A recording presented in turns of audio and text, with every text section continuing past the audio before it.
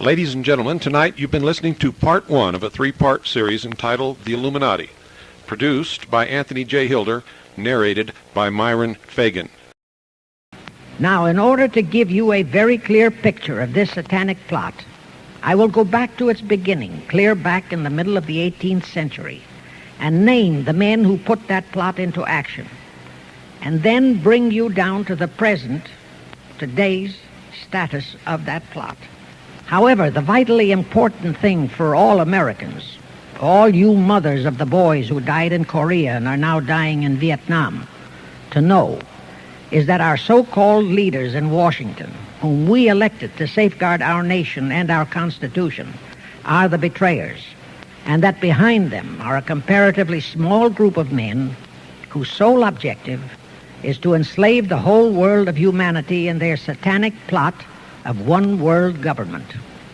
Now, as a matter of further intelligence, a term used by the FBI, let me clarify the meaning of the expression, "he is a liberal." The enemy, meaning the one world conspirators, have seized upon that word liberal as a cover-up for their activities. It sounds so innocent and so humanitarian to be liberal. Will make sure that the person who calls himself a liberal or is described as a liberal is not in truth a red. Now then, this satanic plot was launched back in the 1760s when it first came into existence under the name of the Illuminati. This Illuminati was organized by one Adam Weishaupt, born a Jew, who was converted to Catholicism and became a Catholic priest, and then, at the behest of the then newly organized House of Rothschild, defected and organized the Illuminati. Naturally, the Rothschilds financed that operation. And every war since then, beginning with the French Revolution, has been promoted by the Illuminati operating under various names and guises.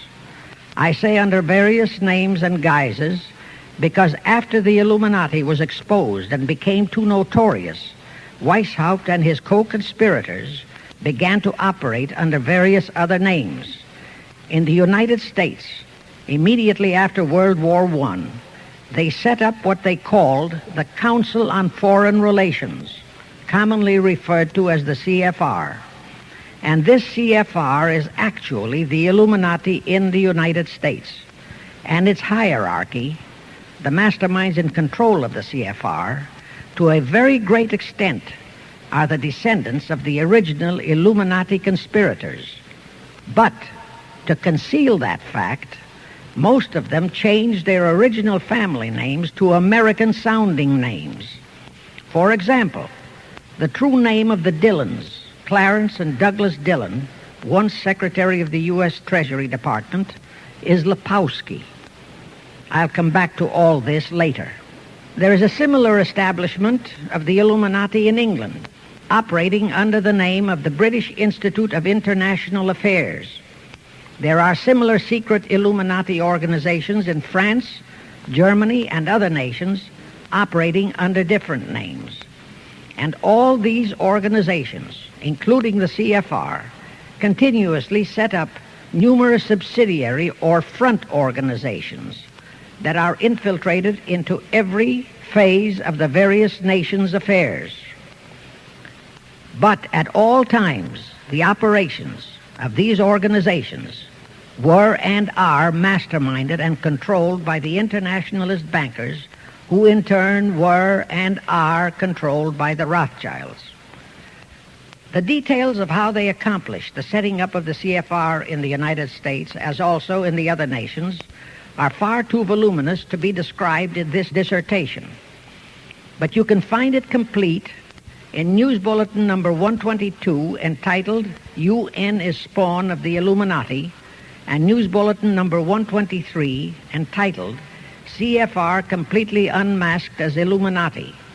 Both are published by the Cinema Educational Guild, Post Office Box 46205, Hollywood, California. You can get them for 50 cents per copy by writing to that address.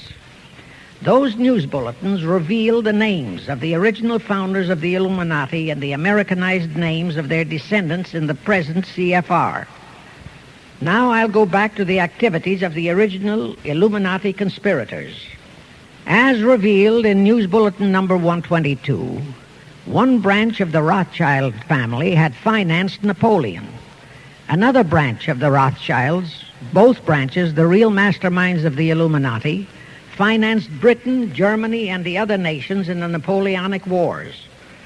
Immediately after the Napoleonic Wars, the Illuminati assumed that all the nations were so destitute and so weary of wars that they'd be glad for any solution.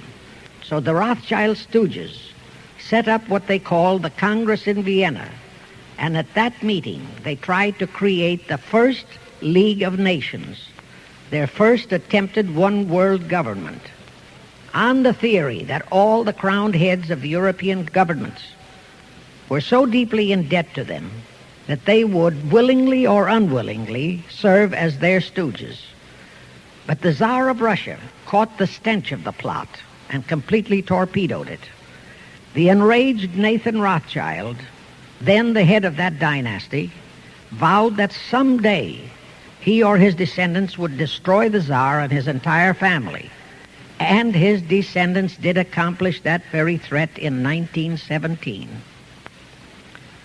At this point, bear in mind that the Illuminati was not set up to operate on a short-range basis. Normally, a conspirator of any type enters into a conspiracy with the expectation of achieving his objective during his own lifetime. But that was not the case with the Illuminati. True, they hoped to accomplish their objective during their lifetime. But, paraphrasing The Show Must Go On, the Illuminati operates on the very long-range basis. Whether it will take scores of years or even centuries, they have dedicated their descendants to keep the plot boiling until they hope the conspiracy is achieved. Now let's go back to the birth of the Illuminati. Adam Weishaupt was a Jesuit-trained professor of canon law, teaching in Ingolstadt University when he defected from Christianity to embrace the Luciferian conspiracy.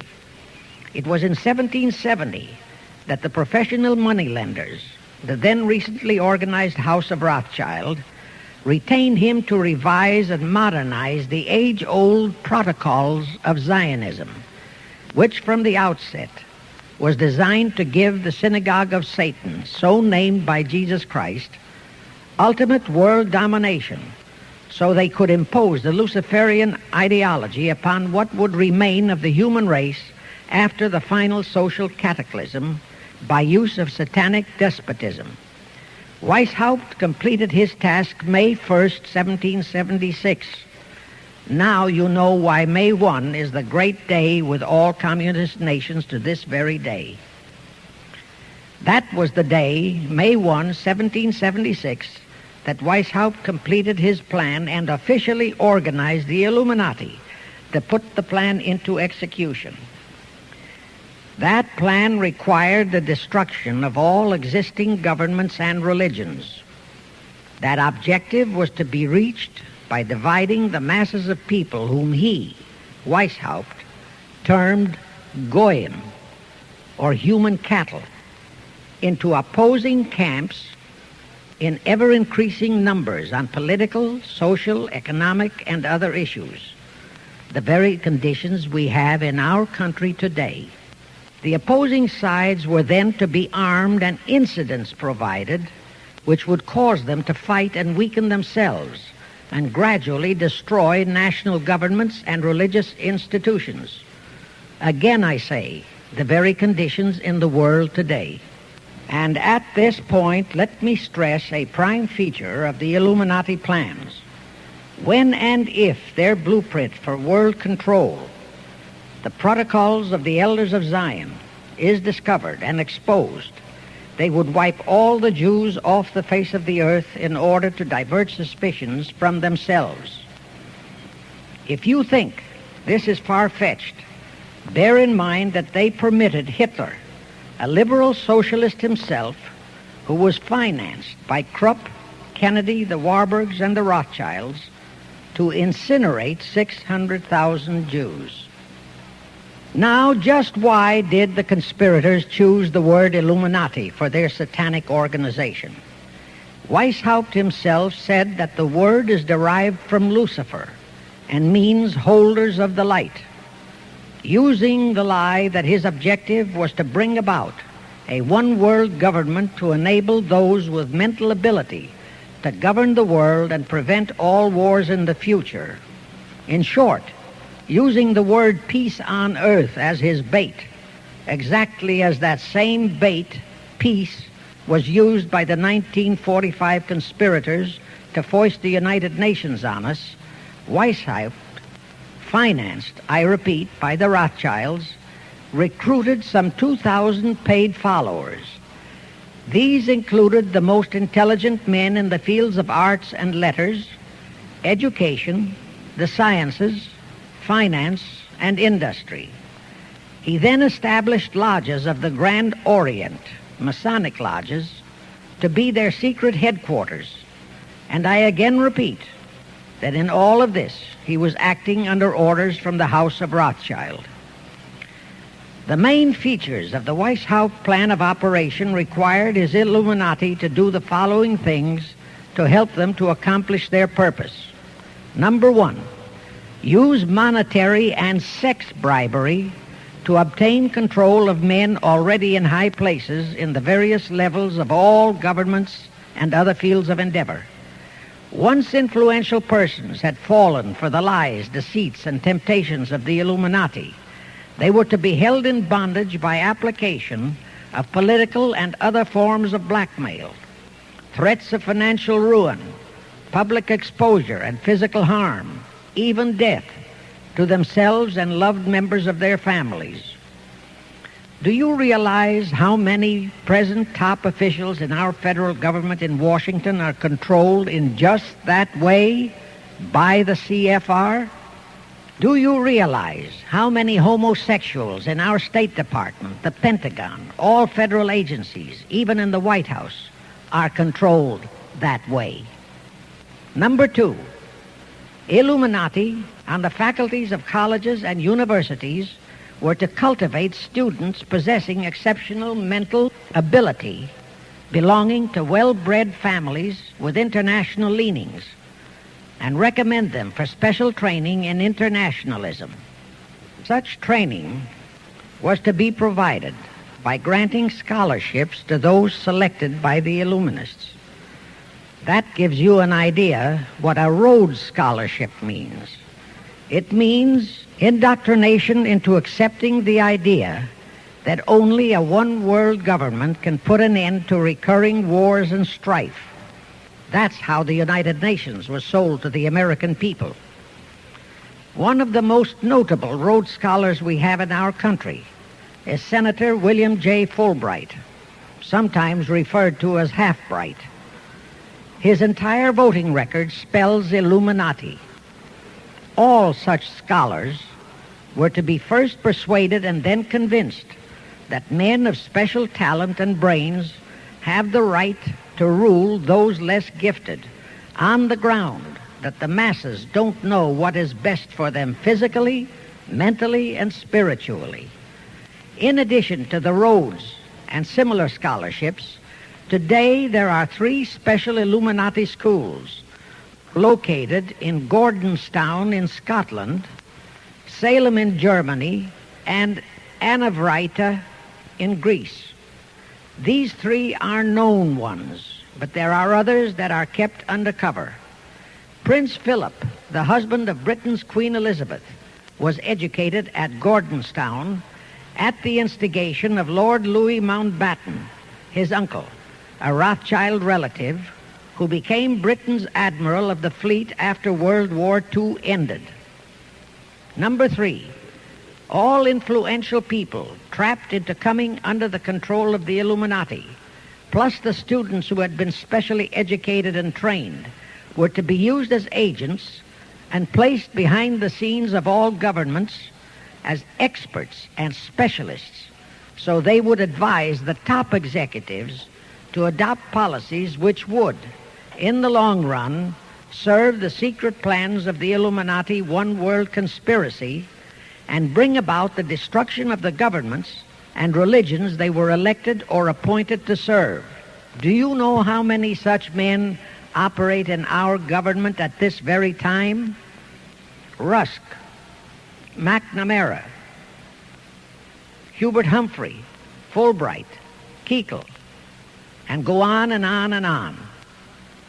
Number 4, perhaps the most vital directive in Weishaupt's plan was to obtain absolute control of the press, at that time the only mass communications media, to distribute information to the public, so that all news and information could be slanted, so that the masses could be convinced that a one-world government is the only solution to our many and varied problems.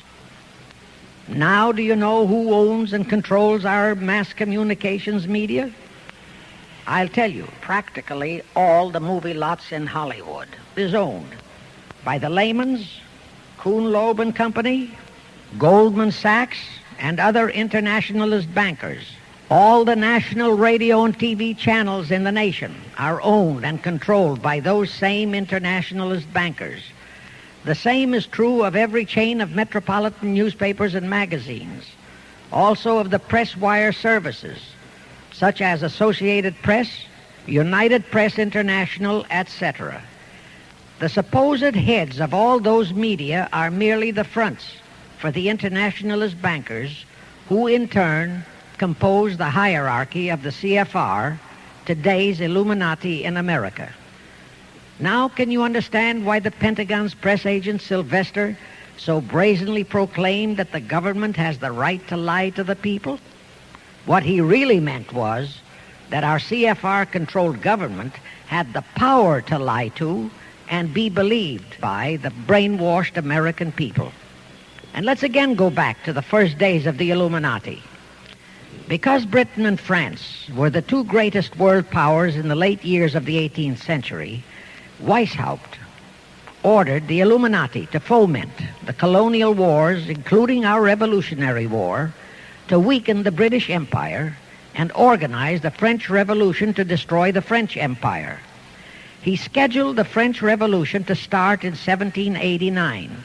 However, in 1784, a true act of God placed the Bavarian government in possession of evidence which proved the existence of the Illuminati, and that evidence could have saved France if they, the French government, hadn't refused to believe it. Here is how that act of God happened. It was in 1874 that Weishaupt issued his orders for the French Revolution. A German writer named Zwack put it into book form. It contained the entire Illuminati story and Weishaupt's plans. A copy of this book was sent to the Illuminists in France, headed by Robespierre, whom Weishaupt had delegated to foment the French Revolution. The courier was struck and killed by lightning as he rode through Ralston on his way from Frankfurt to Paris. The police found the subversive documents on his body and turned them over to the proper authorities. After careful study of the plot, the Bavarian government ordered the police to raid Weishaupt's newly organized lodges of the Grand Orient and the homes of his most influential associates. All additional evidence thus discovered convinced the authorities the documents were genuine copies of the conspiracy by which the Illuminati planned to use wars and revolutions to bring about the establishment of a one-world government, the powers of which they, headed by the Rothschilds, intended to usurp as soon as it was established, exactly in line with the United Nations plot of today. In 1785, the Bavarian government outlawed the Illuminati and closed the lodges of the Grand Orient. In 1786, they published all the details of the conspiracy. The English title of that publication is The Original Writings of the Order and Sect of the Illuminati. Copies of the entire conspiracy were sent to all the heads of church and state in Europe. But the power of the Illuminati which was actually the power of the Rothschilds, was so great that this warning was ignored. Nevertheless, Illuminati became a dirty word, and it went underground. At the same time, Weishaupt ordered Illuminists to infiltrate into the lodges of Blue Masonry and form their own secret societies within all secret societies. Only Masons who proved themselves internationalists and those whose conduct proved they had defected from God were initiated into the Illuminati. Thenceforth, the conspirators donned the cloak of philanthropy and humanitarianism to conceal their revolutionary and subversive activities. In order to infiltrate into Masonic lodges in Britain, Weishaupt invited John Robison over to Europe. Robison was a high-degree Mason in the Scottish Rite. He was a professor of natural philosophy at Edinburgh University and secretary of the Royal Society of Edinburgh. Robison did not fall for the lie that the objective of the Illuminati was to create a benevolent dictatorship, but he kept his reactions to himself so well that he was entrusted with a copy of Weishaupt's revised conspiracy for study and safekeeping. Anyway, because the heads of state and church in France were deluded into ignoring the warnings given them, the revolution broke out in 1789 as scheduled by Weishaupt. In order to alert other governments to their danger, in 1798 Robison published a book entitled Proof of a Conspiracy to Destroy All Governments and Religions. But his warnings were ignored, exactly as our American people have been ignoring all warnings about the United Nations and the Council on Foreign Relations, the CFR. Now here is something that will stun and very likely outrage many who hear this. But there is documentary proof that our own Thomas Jefferson and Alexander Hamilton became students of Weishaupt's. Jefferson was one of Weishaupt's strongest defenders when he was outlawed by his government. And it was Jefferson who infiltrated the Illuminati into the then newly organized lodges of the Scottish Rite in New England. Here is the proof. In 1789, John Robison warned all Masonic leaders in America that the Illuminati had infiltrated into their lodges. And on July 19, 1789, David Papin, president of Harvard University, issued the same warning to the graduating class and lectured them on the influence Illuminism was acquiring on American politics and religion. And to top it off, John Quincy Adams, who had organized the New England Masonic lodges, issued his warnings. He wrote 3 letters to Colonel William L. Stone, a top Mason, in which he exposed how Jefferson was using Masonic lodges for subversive, Illuministic purposes. Those 3 letters are at this very time in Rittenberg Square Library in Philadelphia. In short, Jefferson, founder of the Democratic Party, was a member of the Illuminati, which at least partly accounts for the condition of the party at this time. And through infiltrations of the Republican Party, we have exactly nothing of loyal Americanism today. That disastrous rebuff at the Congress at Vienna, created by the Tsar of Russia, did not by any means destroy the Illuminati conspiracy. It merely forced them to adopt a new strategy. Realizing that the one-world idea was, for the moment, killed, the Rothschilds decided that to keep the plot alive, they'd have to do it by heightening their control of the money systems of the European nations.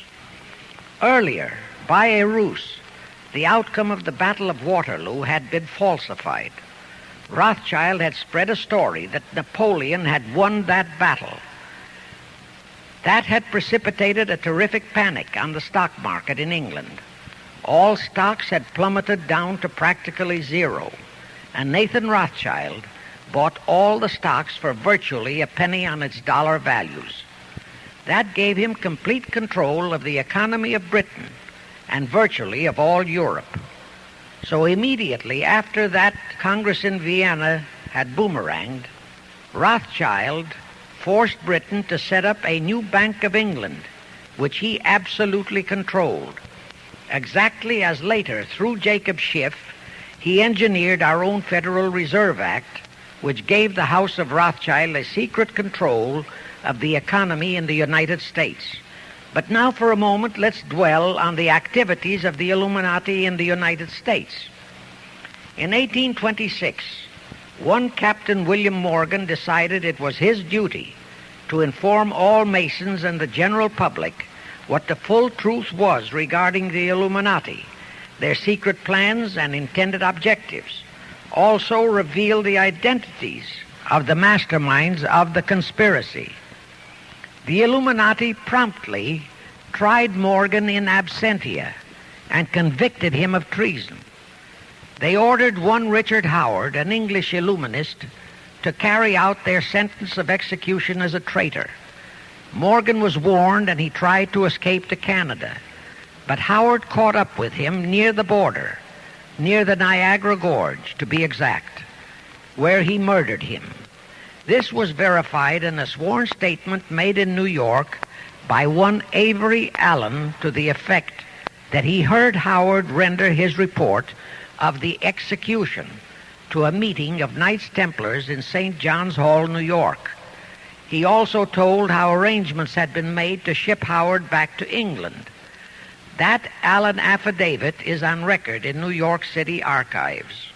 Very few Masons and very few of the general public know that general disapproval over that incident of murder caused approximately half of all the Masons in the northern jurisdiction of the United States to secede.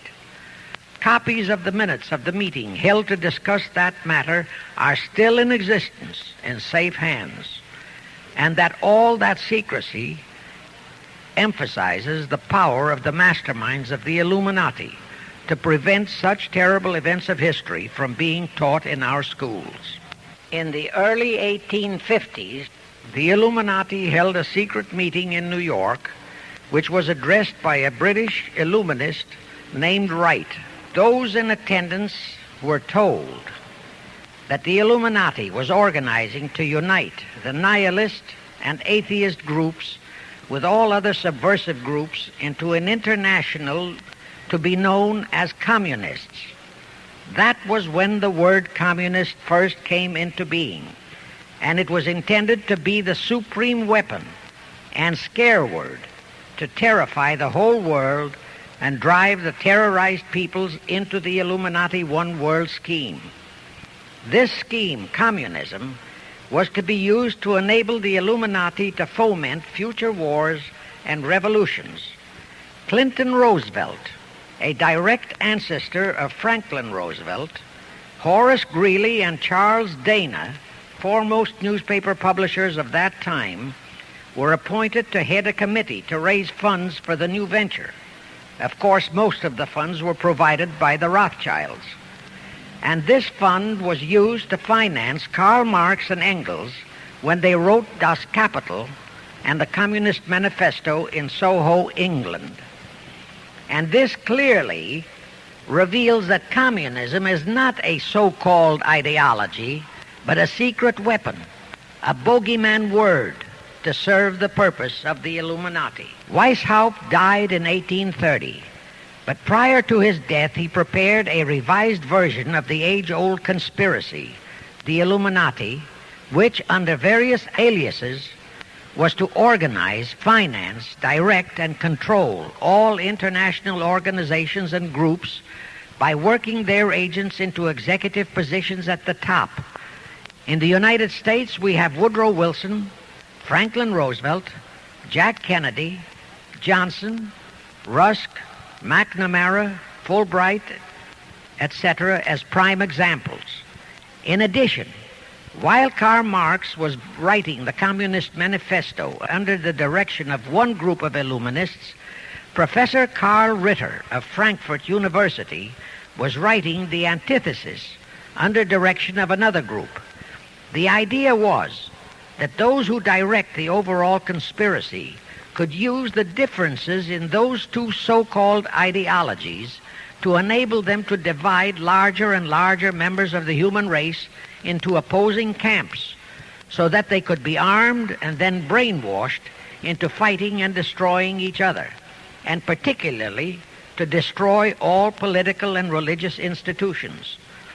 The work Ritter started was continued after his death and completed by the German so-called philosopher Friedrich Wilhelm Nietzsche, who founded Nietzscheism. This Nietzscheism was later developed into fascism and then into Nazism, and was used to foment World Wars I and II. In 1834, the Italian revolutionary leader Giuseppe Mazzini was selected by the Illuminati to direct their revolutionary program throughout the world. He served in that capacity until he died in 1872. But some years before he died, Mazzini had enticed an American general named Albert Pike into the Illuminati. Pike was fascinated by the idea of a one-world government, and ultimately he became the head of this Luciferian conspiracy. Between 1859 and 1871, Pike, worked out a military blueprint for 3 world wars and various revolutions throughout the world, which he considered would forward the conspiracy to its final stage in the 20th century. Again, I remind that these conspirators were never concerned with immediate success. They always operated on a long-range view. Pike did most of his work in his home in Little Rock, Arkansas. But a few years later, when the Illuminati's lodges of the Grand Orient became suspect and repudiated because of Mazzini's revolutionary activities in Europe, Pike organized what he called the New and Reformed Palladian Rite. He set up 3 supreme councils, one in Charleston, South Carolina, one in Rome, Italy, and the 3rd in Berlin, Germany. He had Mazzini establish 23 subordinate councils in strategic locations throughout the world. These have been the secret headquarters of the world revolutionary movement ever since. Long before Marconi invented radio, the scientists in the Illuminati had found the means for Pike and the heads of his councils to communicate secretly. It was the discovery of that secret that enabled intelligence officers to understand how apparently unrelated incidents, one such as the assassination of an Austrian prince at Sarajevo, took place simultaneously throughout the world, which developed into a war or a revolution. Pike's plan was as simple as it has proved effective. It called for communism, Nazism, political Zionism, and other international movements be organized and used to foment 3 global world wars and at least 2 major revolutions. The First World War was to be fought so as to enable the Illuminati to destroy Tsarism in Russia, as vowed by Rothschild after the Tsar had torpedoed his scheme at the Congress in Vienna, and to transform Russia into a stronghold of atheistic communism.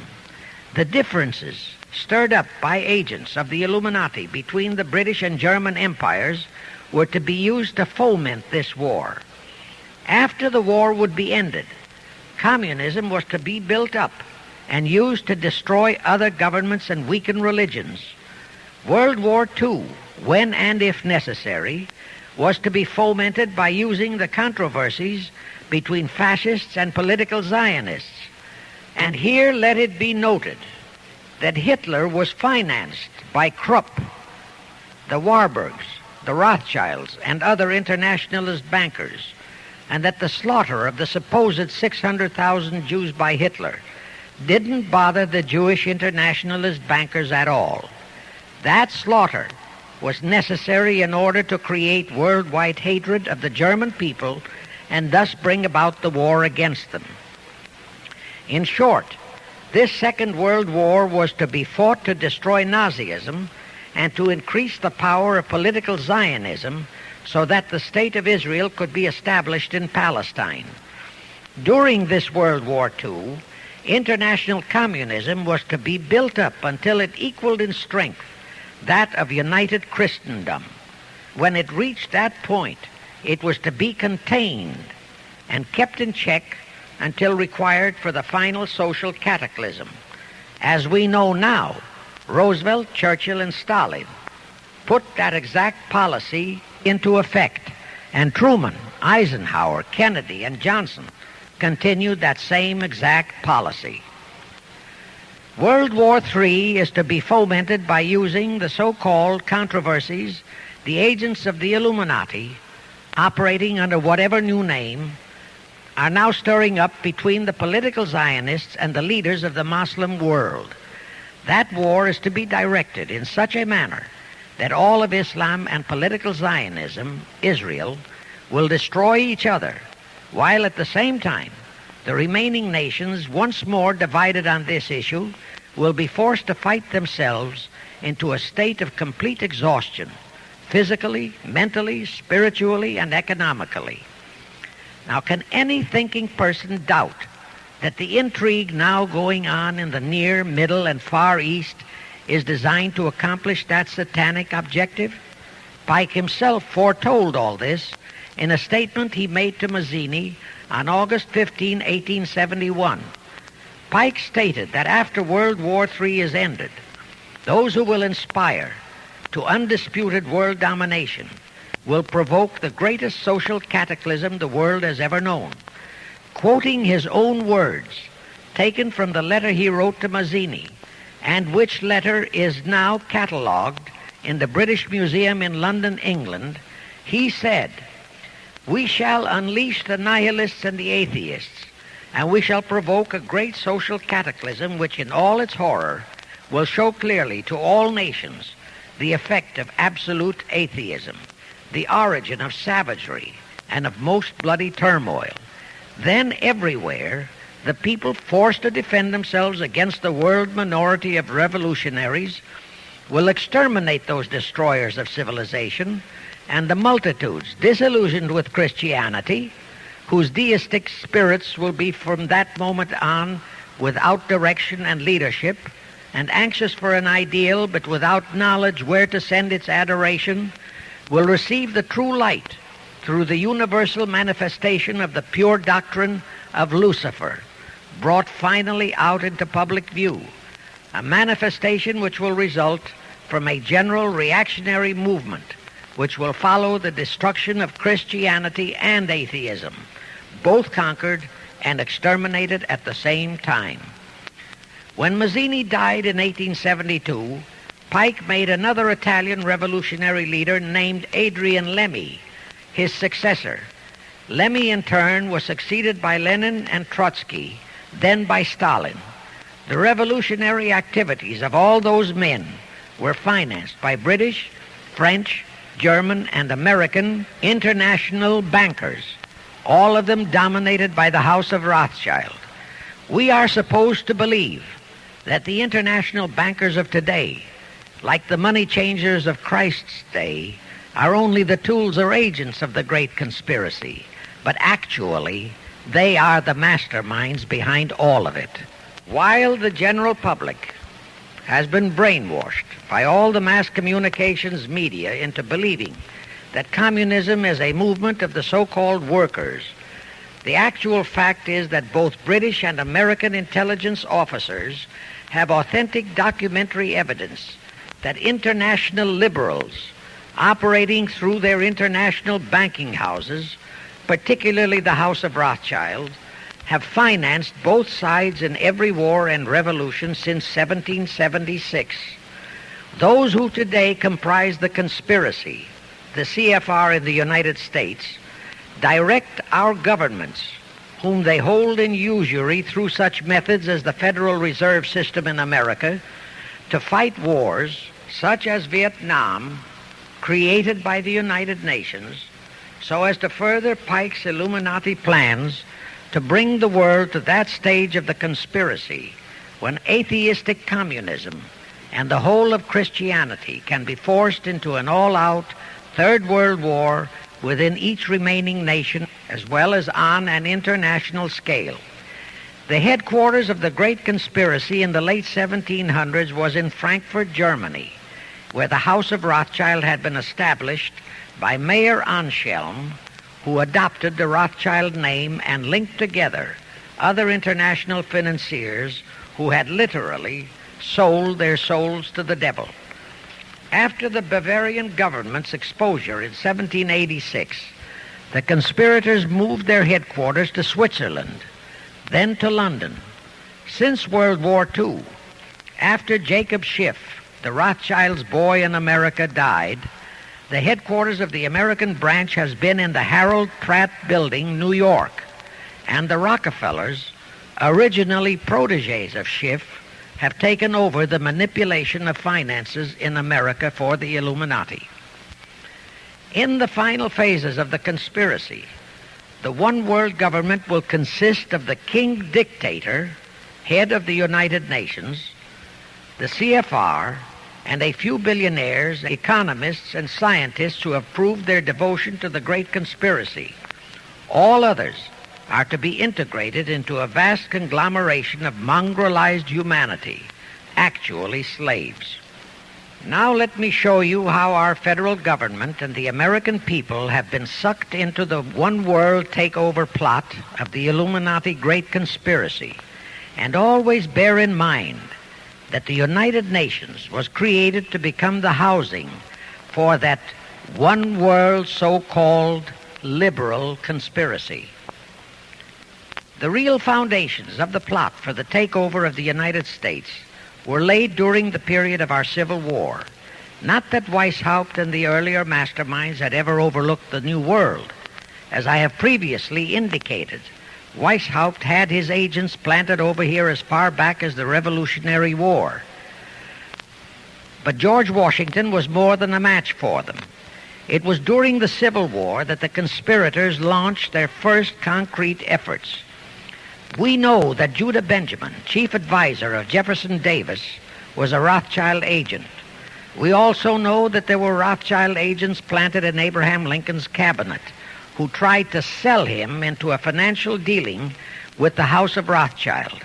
But old Abe saw through the scheme and bluntly rejected it, thereby incurring the undying enmity of the Rothschilds, exactly as the Russian Tsar did when he torpedoed their first League of Nations at the Congress in Vienna. Investigation of the assassination of Lincoln revealed that the assassin, Booth, was a member of a secret conspiratorial group. Because there were a number of highly important government officials involved, the name of the group was never revealed, and it became a mystery, exactly as the assassination of Jack Kennedy still is a mystery. But I am sure it will not for long remain a mystery. Anyway, the ending of the Civil War destroyed, temporarily, all chances of the House of Rothschild to get a clutch on our money system, such as they had acquired in Britain and other nations in Europe. I say temporarily because the Rothschilds and the masterminds of the conspiracy never quit. So they had to start from scratch, but they lost no time in getting started. Shortly after the Civil War, a young immigrant who called himself Jacob H. Schiff arrived in New York. Jacob was a young man with a mission for the House of Rothschild. Jacob was the son of a rabbi, born in one of Rothschild's houses in Frankfurt, Germany. I won't go deeply into his background. The important point is that Rothschild recognized in him not only a potential money wizard, but more important, he also saw the latent Machiavellian qualities in Jacob that could, as it did, make him an invaluable functionary in the great one-world conspiracy. After a comparatively brief training period in the Rothschilds' London bank, Jacob left for America with instructions to buy into a banking house, which was to be the springboard to acquire control of the money system of the United States. Actually, Jacob came here to carry out 4 specific assignments. Number 1, and most important, was to acquire control of America's money system. Number 2, find desirable men who, for a price, would be willing to serve as stooges for the great conspiracy and promote them into high places in our federal government, our Congress, in the U.S. Supreme Court, and all federal agencies. Number 3, create minority group strife throughout the nations, particularly between whites and blacks. Number 4, create a movement to destroy religion in the United States, but Christianity to be the chief target.